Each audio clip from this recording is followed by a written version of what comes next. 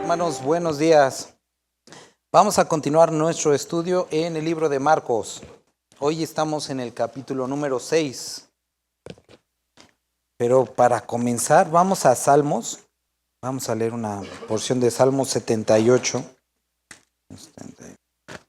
Vamos a leer a partir del versículo 32. Dice: con todo esto pecaron aún y no dieron crédito a sus maravillas.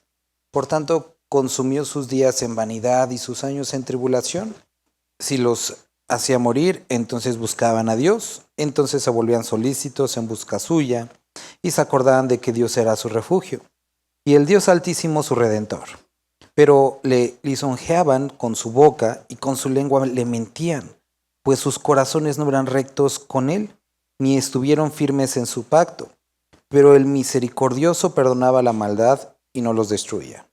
Y apartó muchas veces su ira, y no despertó todo su enojo. Se acordó de que eran carne, soplo que va y no vuelve. ¿Cuántas veces se rebelaron contra él en el desierto? Lo enojaron en el yermo. Y volvían y tentaban a Dios y provocaban al Santo de Israel, y no se acordaron de su mano del día que los redimió de la angustia. Vamos a orar. Padre, te damos muchas gracias porque hoy podemos nuevamente acercarnos a tu palabra, porque hoy podemos nuevamente leer. Gracias te damos por esta semana que nos diste, Señor. Gracias por la oportunidad que nos das hoy de estar con salud, de poder tener tanto la capacidad física, Señor, económica, de todo para poder estar aquí, Señor. Quiero rogarte por cada uno de mis hermanos, de mis hermanas, Dios, que aún siguen medio dormidos. Padre, que tu Espíritu Santo habla a sus corazones el día de hoy y que podamos ser confrontados, animados y consolados por tu palabra, Señor. Nos ponemos en tus manos y nos encomendamos a tu gracia. Amén. Sale, hermanos. Vamos a libro de Marcos, capítulo 6. Marcos 6. Salió Jesús de allí. ¿De dónde? ¿Se acuerdan? No, del otro lado de Genezaret, porque había estado en Genezaret y se había ido del otro lado. Y vimos este episodio donde resucita a la hija de Jairo, ¿se acuerdan? Y salió de ahí, salió Jesús de allí y vino a su tierra y le seguían sus discípulos. Y llegando el día de reposo comenzó a enseñar en la sinagoga. Y muchos, oyéndole, se admiraban y decían: ¿de dónde tiene estas cosas? ¿Y qué sabiduría es esta que le es dada? ¿Y estos milagros que por su mano son hechos?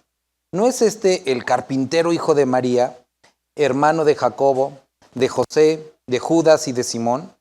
¿No está también aquí con nosotros sus hermanas? Y se escandalizaban de él. Mas Jesús les decía: no hay profeta sin honra, sino en su propia tierra, y entre sus parientes, y en su casa. ¿Alguien podría leer el 5 y el 6, por favor? Muchas gracias, hermano. Este capítulo 6, como el capítulo pasado que estuvimos estudiando, son capítulos, desde el 4, que tienen pequeñas historias o pequeños relatos que nosotros en los otros evangelios los vemos con mucho más detalles. Ahora, cuando encontramos capítulos como este es una oportunidad para irnos despacito, verso por verso, pero también se vuelve un reto entender por qué el Espíritu Santo quiso de alguna forma que estos versículos, estos relatos estuvieran ordenados de esta forma. Y me gustaría que pudiéramos a lo largo de este día poder como que estar abiertos. ¿Por qué estás presentando, Dios, estos fragmentos de esta manera? Ahora, algo también de lo que quiero que el día de hoy no se nos olvide, que este evangelio fue escrito por Marcos. Marcos era el discípulo así como Pablo tenía a Timoteo, Pedro tenía a Marcos. Entonces muchos de los relatos son escritos desde el relato de Pedro, ¿sale? También otra cosa que dijimos desde el principio, el libro de Marcos tiene como enfoque el presentar a Jesucristo como un siervo, ¿sale? Y entonces llegamos aquí al capítulo 6 y nos describe algo. Dice que salió Jesús, llegó a su propia tierra y que muchos empiezan con este tipo de preguntas. ¿Cuáles eran las preguntas? ¿Puede alguien leer nuevamente el versículo 2 y el 3? Muchas gracias, hermano. Okay.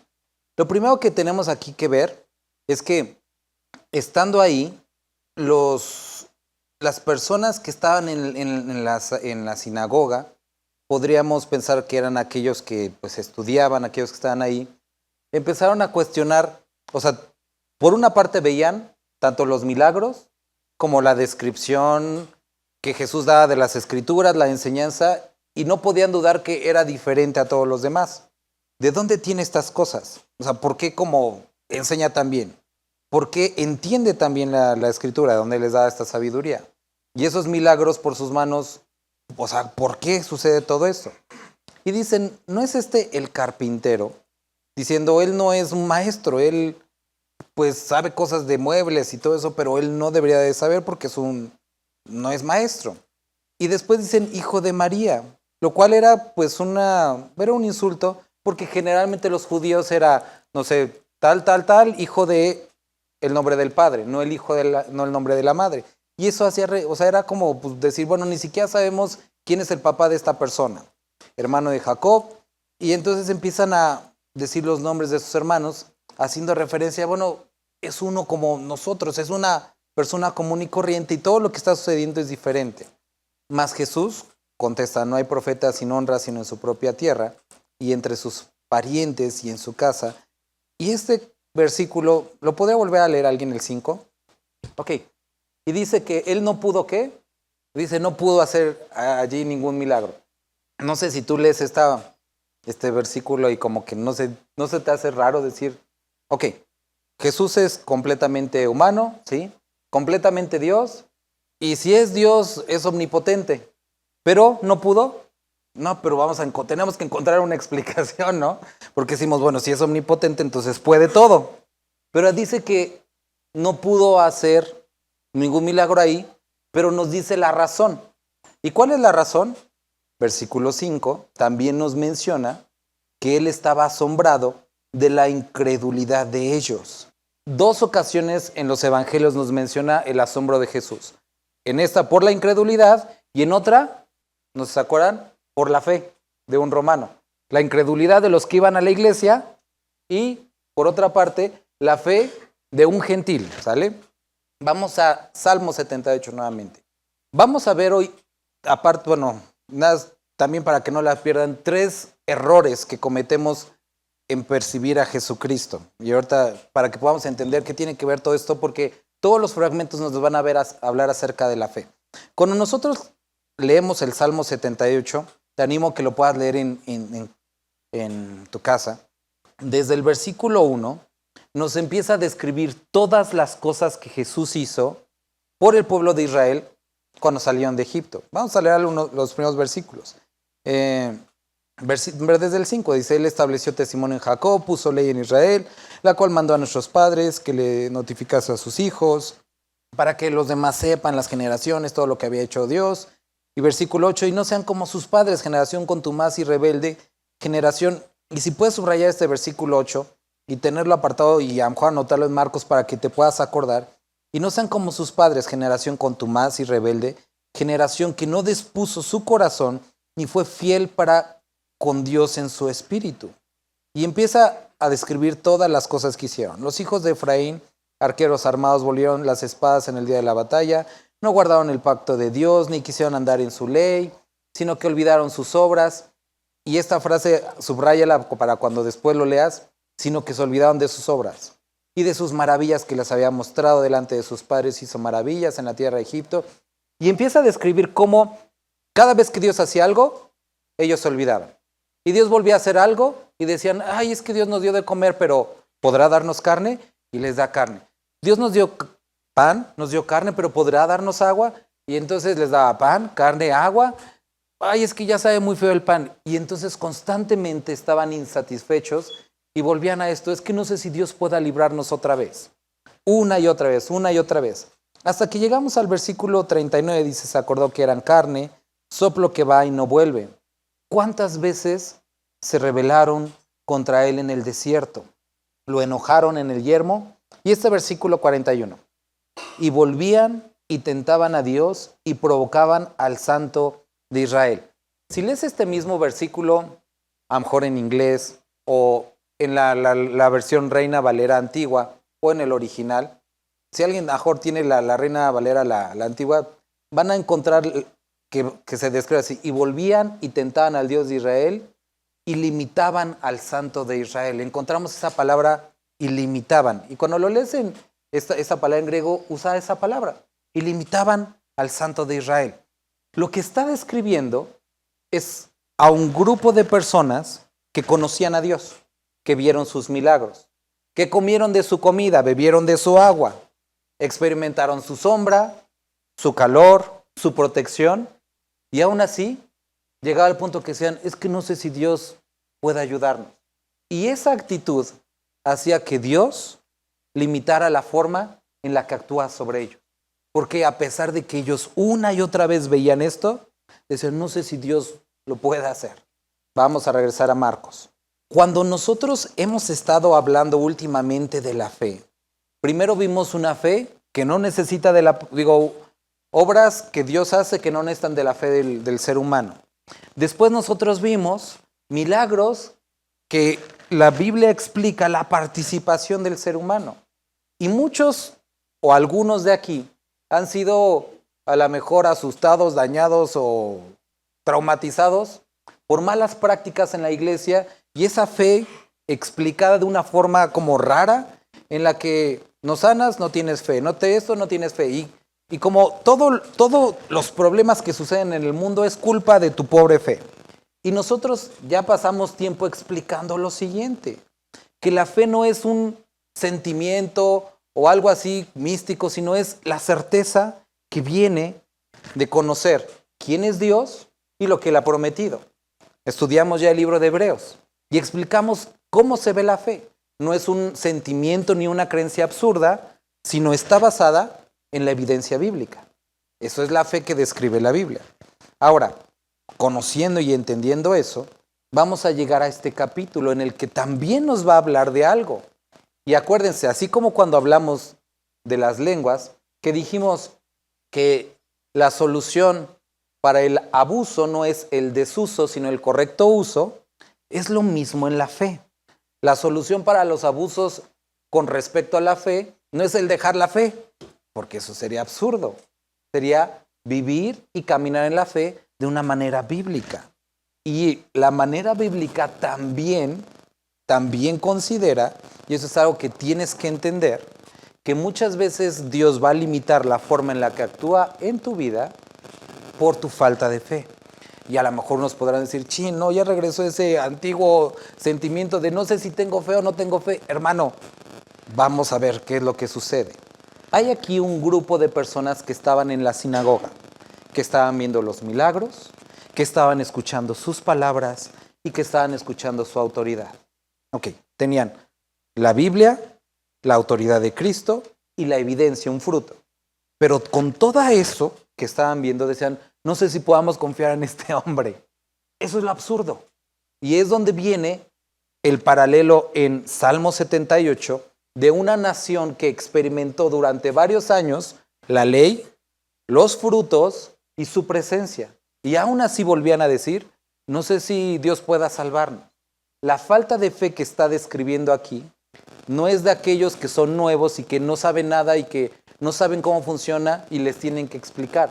Son aquellos que han estudiado, son aquellos que conocen, que han experimentado la misericordia de Dios y aún así se resisten a someterse al Dios que la Biblia describe.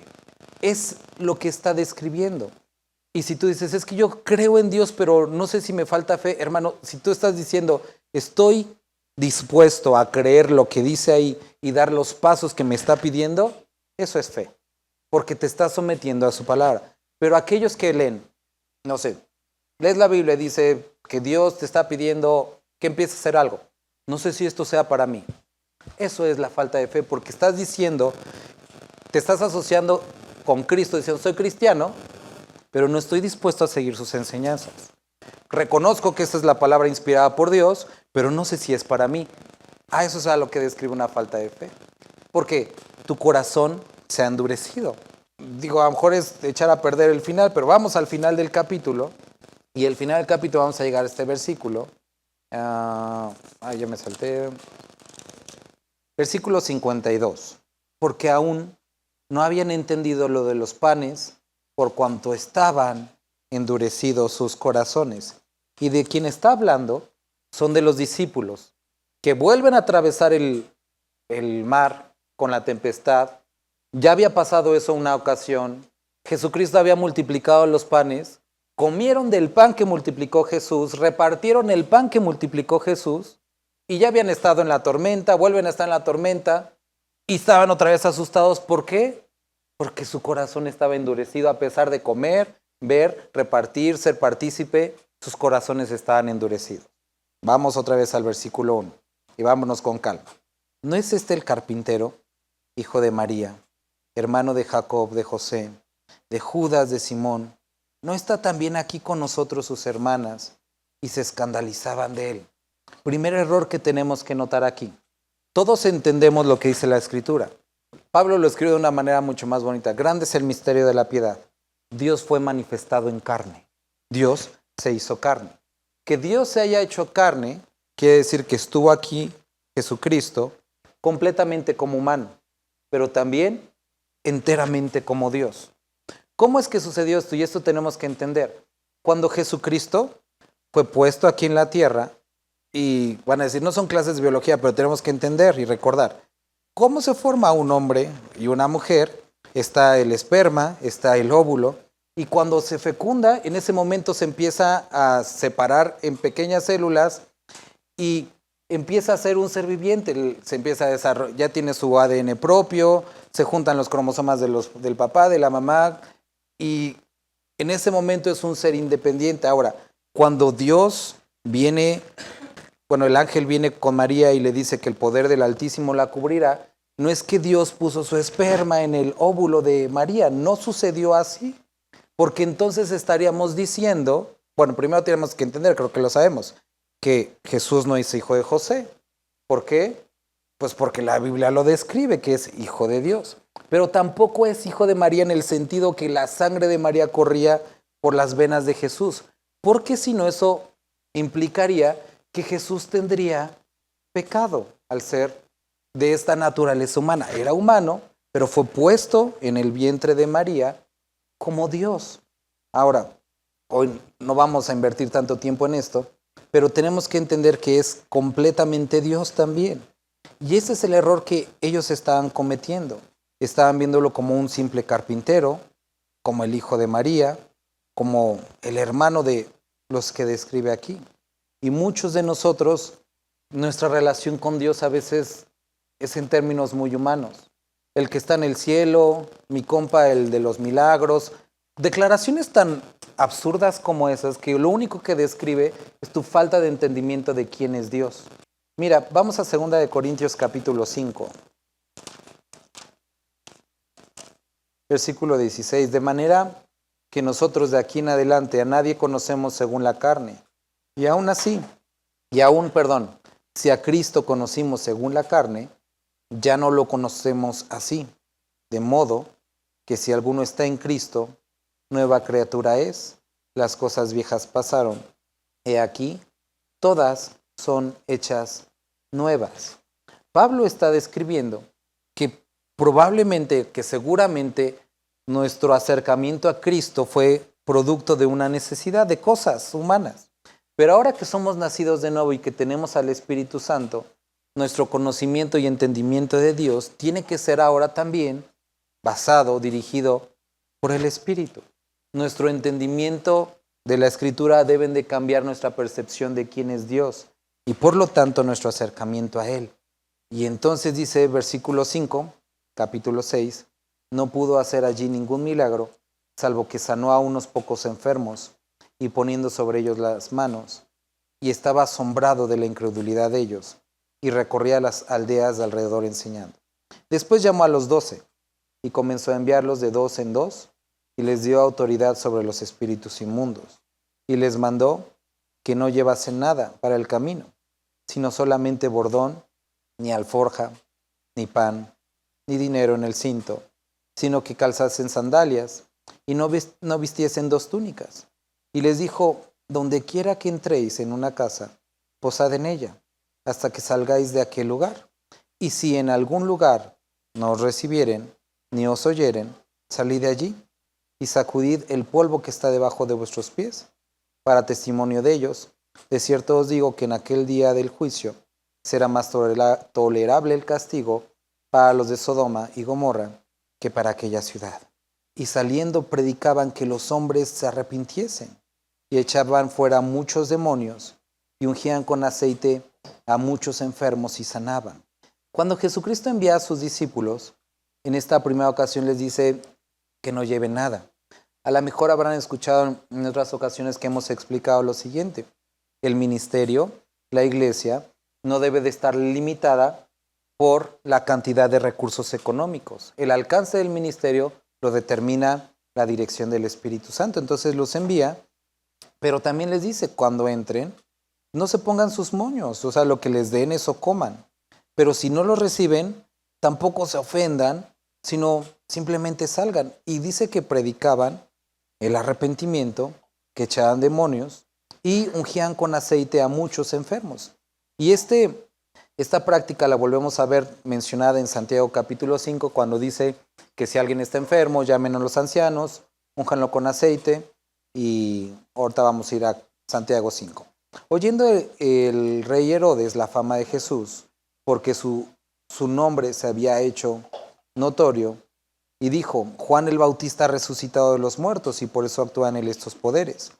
Otros decían, es Elías, y otros decían, es un profeta, o alguno de los profetas. Al oír esto, Herodes dijo, este es Juan, el que yo decapité, que ha resucitado de los muertos.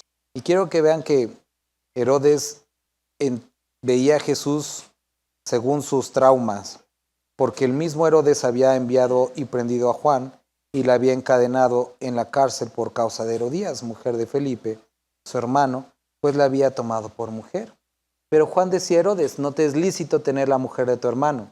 Pero Herodías la acechaba y deseaba matarle. Y no podía, porque Herodes temía a Juan, sabiendo que era varón justo y santo, y le guardaba a salvo, y oyéndole se quedaba muy perplejo, pero le escuchaba de buena gana. Pero venido un día oportuno en que Herodes, en la fiesta de su cumpleaños, daba una cena a sus príncipes, tribunos y a los principales de Galilea, entrando la hija de Herodías danzó, y se agradó Herodes y los que estaban con él en la mesa. Y el rey dijo a la muchacha, pídeme lo que quieras, y yo te lo daré. Y le juró, todo lo que me pidas te daré hasta la mitad de mi reino. Saliendo ella, dijo a su madre, ¿qué pediré? Y ella le dijo la cabeza de Juan el Bautista. Entonces ella entró, le dijo al rey, quiero la cabeza. El rey se entristeció, pero no hizo nada. Y de los que estaban con él en la mesa, y no quiso desecharla. Y enseguida el rey, enviando a uno de la guardia, mandó que fuese a traer la cabeza de Juan. El guarda fue, le decapitó en la cárcel y trajo su cabeza en el plato. Y la dio la muchacha, y la muchacha la dio a su madre.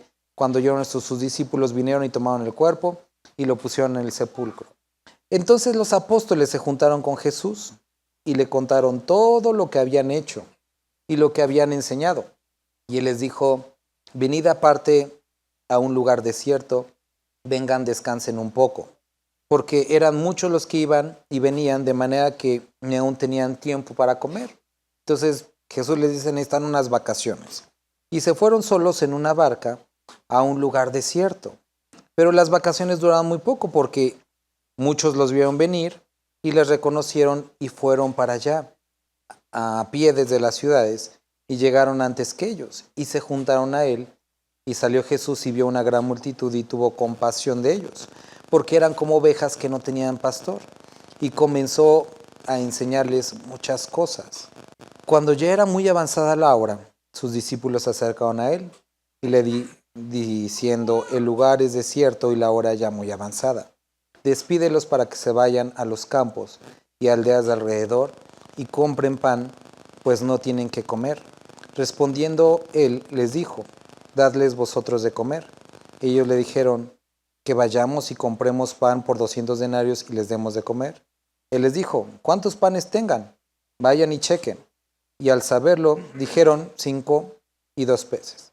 Y les mandó que hiciesen recostar a todos por grupos sobre la hierba verde, y se recostaron por grupos de 100, en 100 y de 50 en 50. Entonces les dio los panes, los repartieron, se multiplicó, sobró 12 cestas llenas y comieron como 5,000 hombres. Las personas que nosotros vemos descritas desde el capítulo 1 eran personas que conocían y que se reunían, que habían leído las escrituras, leían la ley, habían visto la enseñanza de Jesús, reconocían sus palabras, habían visto sus milagros, pero no estaban dispuestos a creer en él.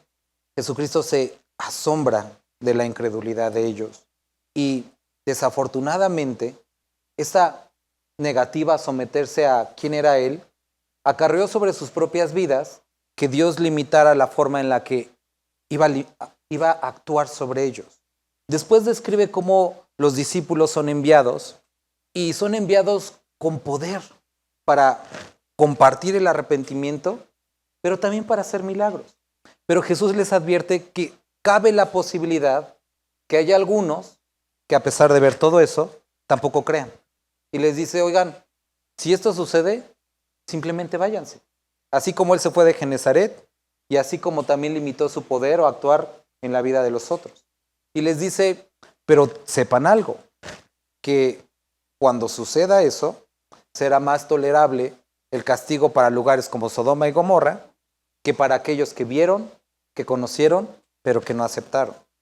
Ahora, ahí también nos menciona algo, que nosotros, nos menciona que muchos se arrepintieron, predicaban que se arrepintieran y que echaban fuera muchos demonios y que ungían con aceite a muchos enfermos. Después sucede algo y nos pone una historia como a la mitad de un hombre que escuchaba las Herodes, que era hijo del otro Herodes que había asesinado a muchos niños.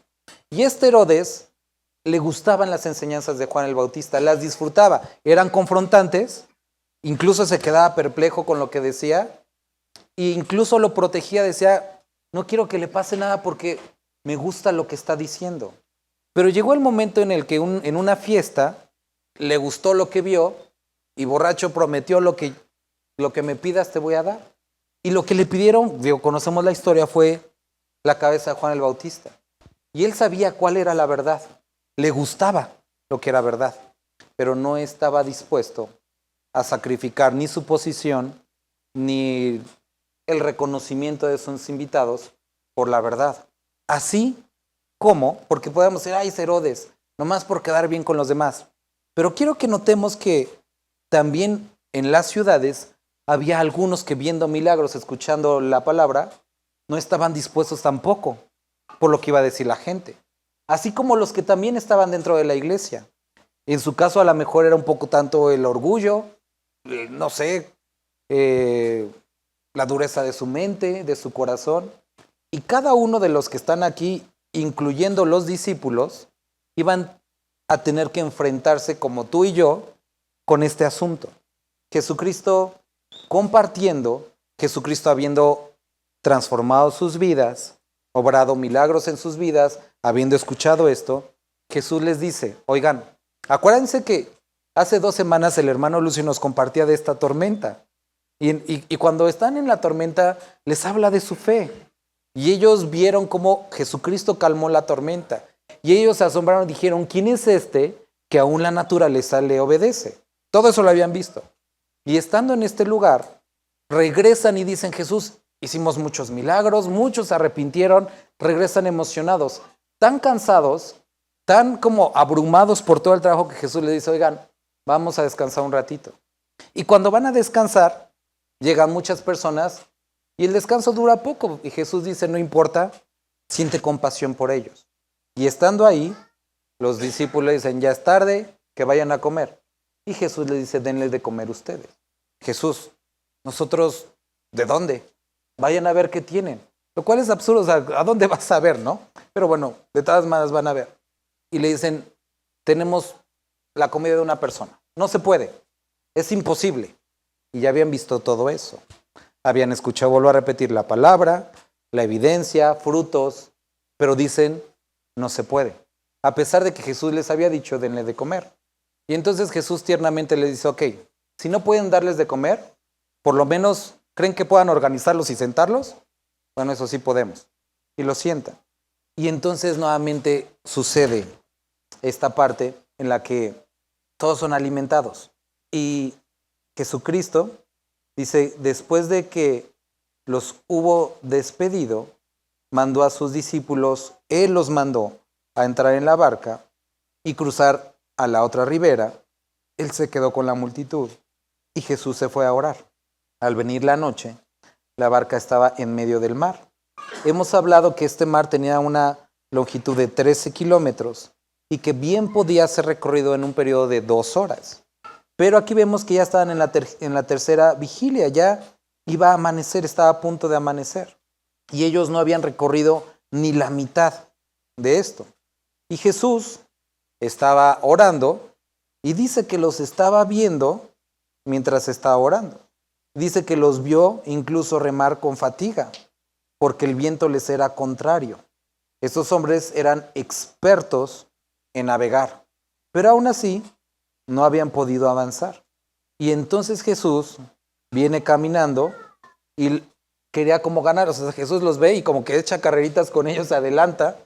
Y cuando lo ven, dicen, un fantasma, gritan. Y no sé si te puedas imaginar a Pedro gritando, todo rudo, porque todos le veían y se turbaron. Pero enseguida les habló con ellos y les dijo, tened ánimo, yo soy, no temáis. Y subió a ellos en la barca y se calmó el viento otra vez. Y ellos se asombraron otra vez y se maravillaban otra vez, porque aún no habían entendido lo de los panes, por cuanto estaba endurecido sus corazones. Y la pregunta para ti y para mí es, si tú y yo ya entendimos lo de los panes, porque ellos no lo habían entendido, pero no sé si tú hayas entendido ya, vas a decir, no, pues es que ¿qué es eso de los panes? Mira, ellos habían estado sirviendo a Jesús durante mucho tiempo. Amaban a Jesús como tú y como yo. Le servían como tú y como yo. Hasta el cansancio, como algunos, dice ya, como tú y como yo no, pero como algunos. Hasta el cansancio. Hasta el punto en el que Jesús les tiene que decir, o sea, tiene que descansar. Y a pesar de todo esto, hermanos, Jesús les dijo, tenles de comer. Y ellos dijeron, no se puede. Ya vimos, entendemos y conocemos tus palabras, pero esto que me estás pidiendo no se puede. ¿Por qué? Porque va en contra de mi sistema de creencias lógico y racional. A pesar de que tú lo digas, y sé que tú has dicho muchas cosas, se han cumplido, eso yo no puedo hacerlo. Quiero que podamos considerar lo siguiente. Versículo 12, cuando dice, salieron a predicar que los hombres se arrepintiesen y echaban fuera muchos demonios. Y espero que esto nos pueda ayudar de ejemplo. Y ungían con aceite a muchos enfermos y los sanaban. Vamos a Santiago 5. 14. ¿Está alguno enfermo entre vosotros? Llama a los ancianos de la iglesia y oren por él, ungiéndole con aceite en el nombre del Señor. Y la oración de fe salvará al enfermo, y el Señor lo levantará, y si hubiere cometido pecados, le serán perdonados. ¿Quiénes aquí habían leído este versículo? ¿O lo habían escuchado alguna vez? ¿Sí? Como que no. ¿Sí? ¿Cuántos de ustedes lo han hecho? No, o sea, llamar a los ancianos de la iglesia. O sea, todo esto. Pero lo han escuchado, pero no lo han hecho. ¿Por qué? ¿Por qué? Porque a veces podemos pensar, Dios, o sea, yo sí creo que sanas y conozco tu palabra, pero ¿para qué molestamos al pastor, la verdad? O llamamos al pastor, pero es que yo sé que tú puedes actuar también por mí. También lo entendemos y también es cierto. Pero es que no me gusta que me echen aceite porque se ve muy místico. O he tenido problemas en otros lugares y no sé, como que siento que eso del aceite ya está, pero lo dice la palabra. Pero lo dice la palabra. Sí, Dios, pero tú puedes sanar con aceite y sin aceite. Lo entendemos perfectamente, pero lo dice la palabra. ¿Sí o no? Pero asumimos que porque tenemos fe y que entendemos quién es Dios, podemos pasar por alto ciertos aspectos porque ya no son tan relevantes con nuestro nivel cognitivo, intelectual, teológico de la Biblia. Pero lo dice la palabra. Y hemos creado una forma de actuar cristiana que se siente superior a los de antes o a otros cristianos que lo hacen, pero lo dice la palabra. Cuando nosotros vemos aquí a los discípulos, dice que ellos ungían con aceite a muchos enfermos y sanaban. ¿Entiendes tú y entiendo yo que el aceite no sana? ¿Sí? ¿Sí lo entendemos? El aceite no sana. ¿Sana las manos del pastor? Tampoco. ¿Se ha prestado esto para muchas malas prácticas? Por supuesto. ¿Y lo sigue diciendo la palabra? Lo dice la palabra. Cuando vemos, por ejemplo, en la Escritura que algunos danzaban, algunos alzaban las manos, y algunos también, esto se ha prestado para muchas malas prácticas, pero ¿lo dice la palabra? Lo dice la palabra. Los que estuvieron el miércoles, espero que no digan dentro de ustedes, ahí va otra vez con lo del miércoles. Vemos un ejemplo y si no, si lo puedes, escúchalo. David dice, yo quiero que la presencia de Dios esté en Jerusalén, la ciudad que yo he conquistado, la ciudad que es la capital del imperio, de Israel. Y entonces tiene un buen deseo. ¿Que la presencia de Dios esté en medio de nosotros es un buen deseo? Sí. Y entonces dice, voy a traer el arca que tiene 20 años y la voy a traer acá. Va por el arca y entonces ve que los filisteos trajeron el arca en un carro y dice, yo voy a traer el arca en un carro, pero nuevo. Porque es lo último de tecnología. Voy a darle lo mejor a mi Dios. Y lo trae y no solamente trae un carro nuevo, sino que vienen dos personas que como que simbolizan o nos pueden ejemplificar algo. Uno que se llama Usa, que significa fuerte, pues un hombre fuerte va jalando, es como pues, un joven así que puede jalar y no se va a caer nada. Y, se me olvidó el otro nombre, Aijón, que quiere decir amable o feliz o alegre, o una buena persona. Entonces tenemos una buena persona y alguien muy fuerte jalando el arca, y lo que sucede es que cuando la están trayendo, conoces la historia, el arca pareciera que se va a caer o se mueve y el hombre fuerte trata de sostener al pobre Dios con su fuerza y se muere. Y David dice, se entristeció por lo que Dios hizo. No, o sea, sí porque se murió, pero se entristeció porque Dios haya matado a esta persona. Y ahí nos dice que por esta temeridad Dios se encendió en su furor y mató a Usa. Y nosotros decimos, pero ¿qué es lo malo? Porque Dios había dicho, yo no quiero que transporten el arca en un carro, sino que la transporten cargados sobre los hombros de los levitas, argollas de oro, varas de oro. Pero Dios, es un carro, es más eficiente, es más rápido, no nos cansamos, es un carro nuevo. Y Dios dijo, argollas, varas de oro, no un carro, no como los demás, no es lo más eficiente, no es lo más lógico, no es lo más nuevo, es como yo dije. Y David dijo, ¿pero qué tiene de malo? Bueno, ¿qué es lo que sucedió? Murió una persona. Y tratando y teniendo un buen deseo, se tuvo que parar todo eso. Y el arca se queda ahora en la casa de Obed. Durante 3 meses él es bendecido.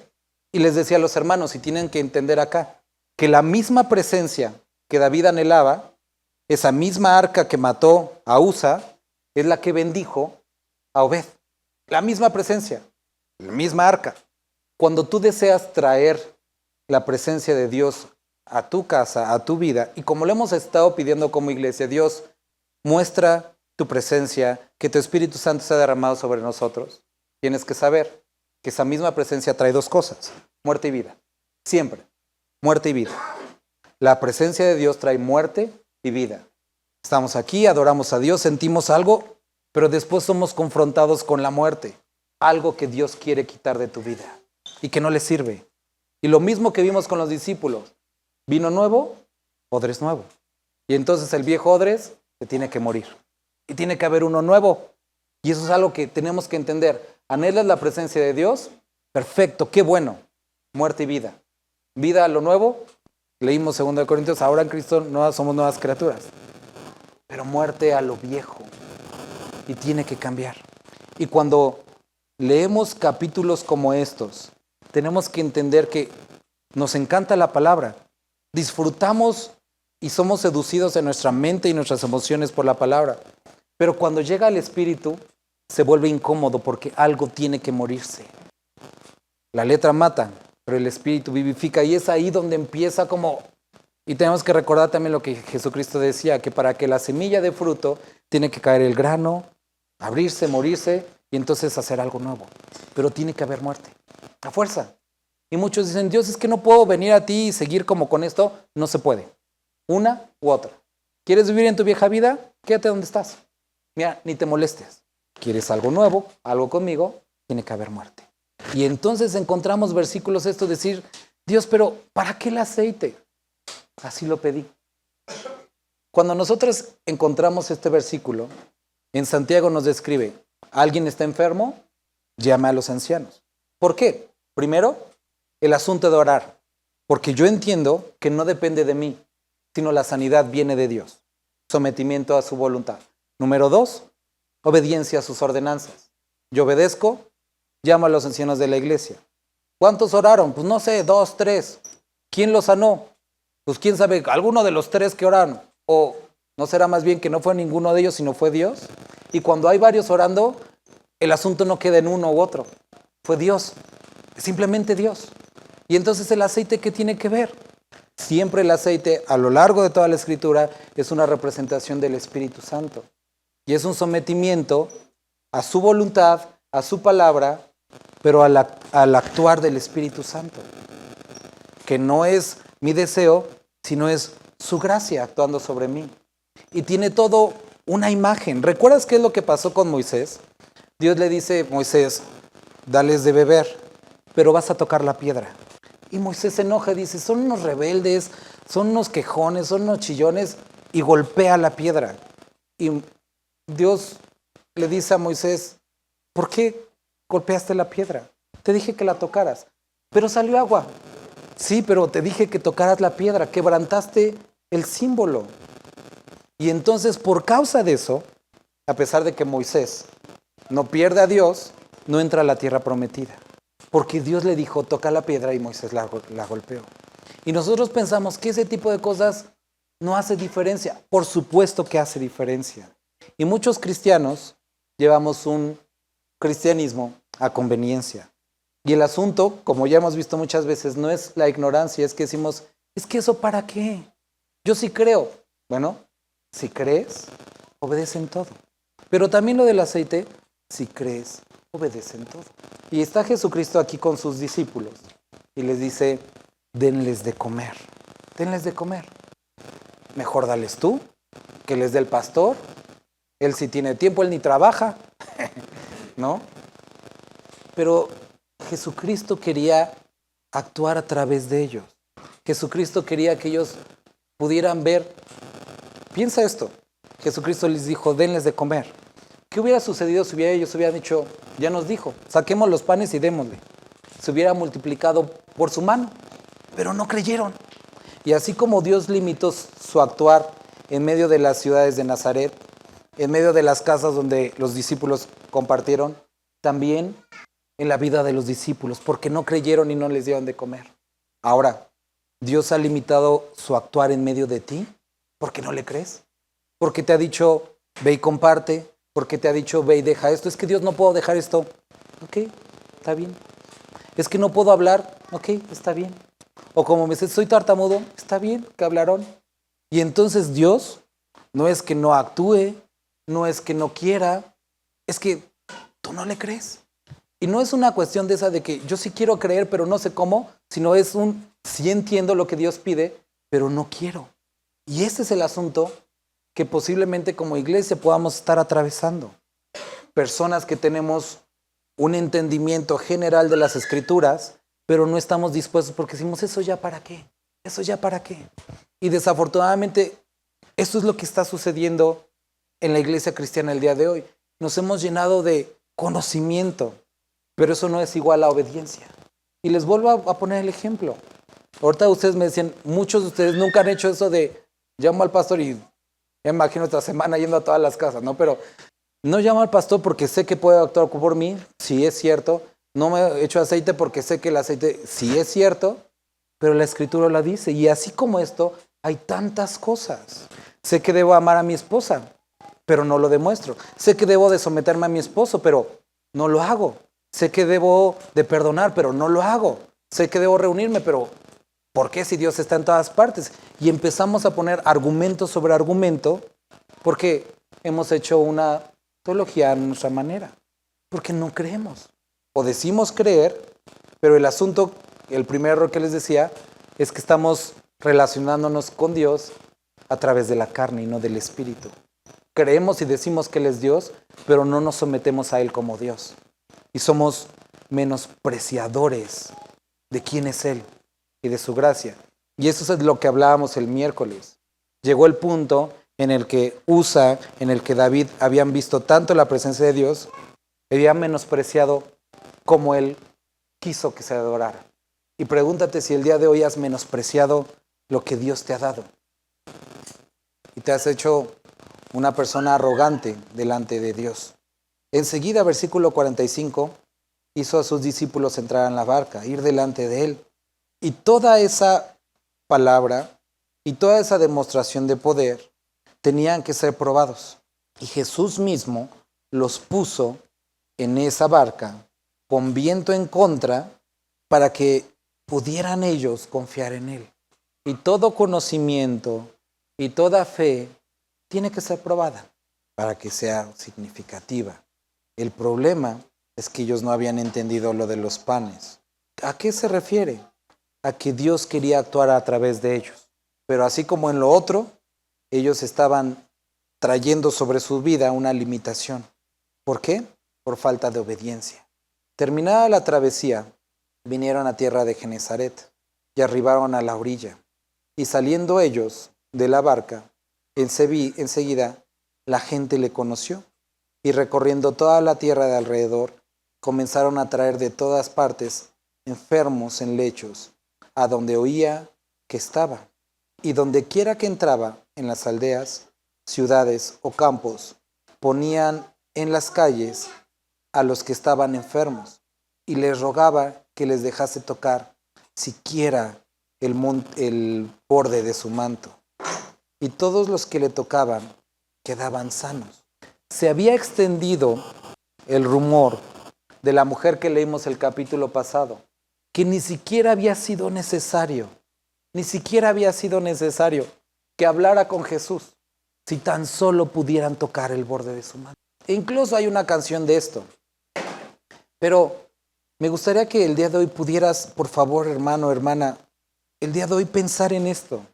A pesar de a lo mejor lo tragiversado o que no existía una doctrina atrás de tocar el manto y todo eso, ellos creían lo que Jesús era. No, vuelvo a repetir, no en un asunto místico, pero ellos creían en quién Él era. Y quiero nada más volver a las palabras que Jesús le dice a sus discípulos. Ok, ¿no les van a dar de comer? Por lo menos siéntenlos. Y si hacen eso, van a ver nuevamente algo. Y posiblemente el día de hoy tengas todavía conflicto, a pesar de tanta palabra, acerca de ciertas áreas, de dones, de milagros, de lenguas, de profecía, que el día de hoy muchos han decidido hacer a un lado.